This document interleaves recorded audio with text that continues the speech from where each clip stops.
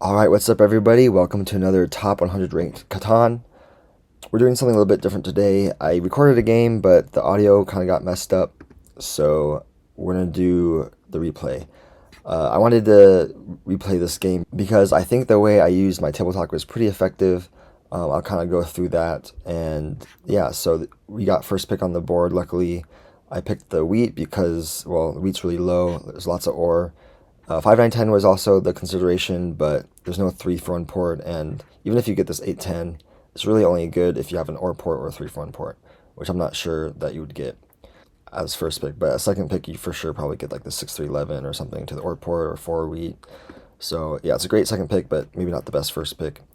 Third goes 6-4-9, makes sense, that makes a lot of sense. Fourth tries to get a little bit creative with like this wood port, sheep port type setup. I was thinking maybe you go 6-5-9 for more production, but I think starting with the wheat is pretty solid.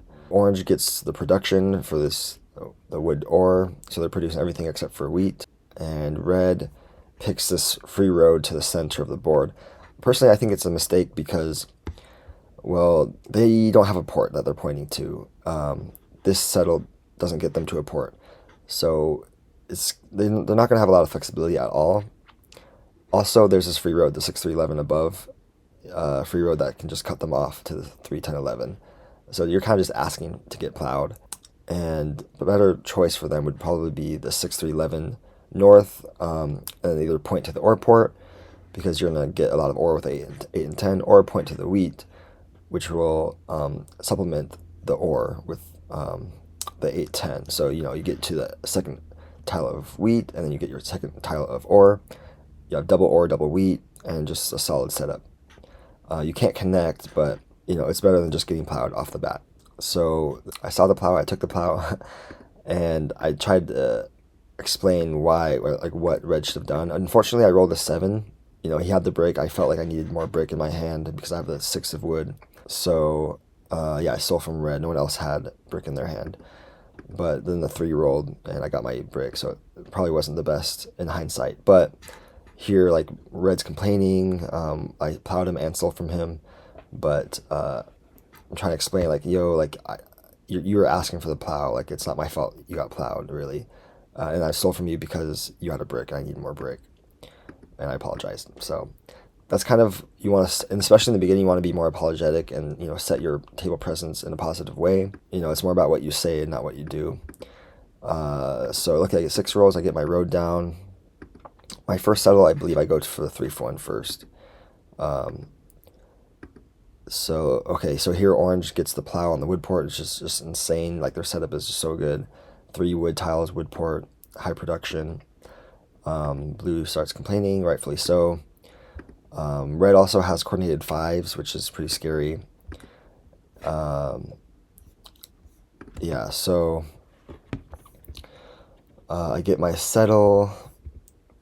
Red gets a really early city, and right here I'm surprised I'm getting soloed. Granted, I do have a 3 hex spot, and I have a chance for road, but, like, I don't have a city yet, and, red has another city, and it's a really good city. But he did get plowed, and that's what orange said. I tried to table talk, like, yo, you should block both of us. He has a city. Orange said he can only solo him, which isn't really true because there's a 6 wood. I could have probably disputed that.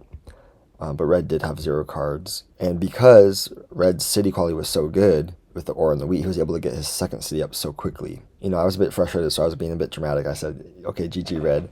And red called me out on it. So then I'm realizing, okay, I have to be kind of more controlled and calm with red because he seems like he's getting kind of emotional.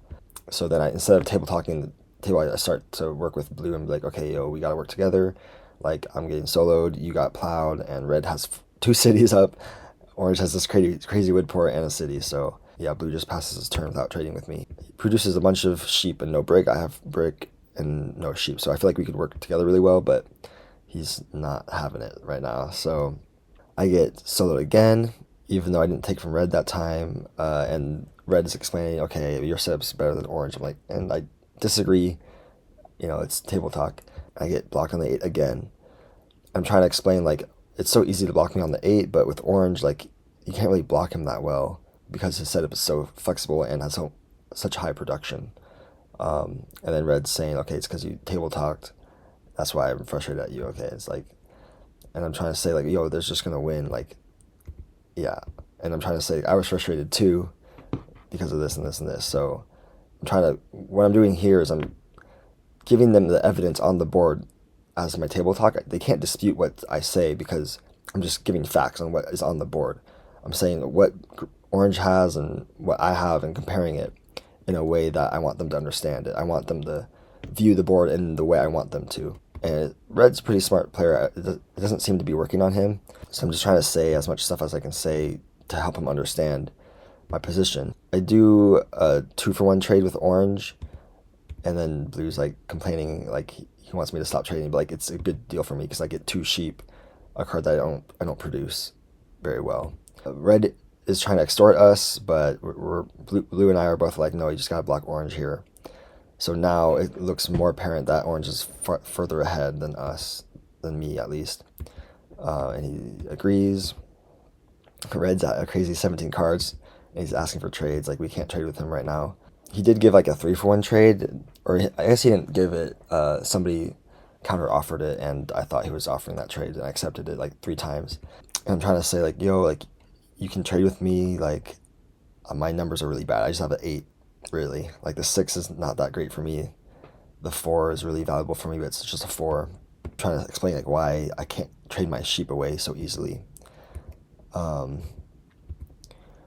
So Black's trying to get me to build roads. I'm kind of thinking, okay, I want to buy a dev, but like Red has 2 knights down and 2 devs in hand, so I don't really want to compete in army. And I got a VP for my first dev anyway, so it's like kind of like the game telling me, yo, you shouldn't go for army. Just here's a non-knight.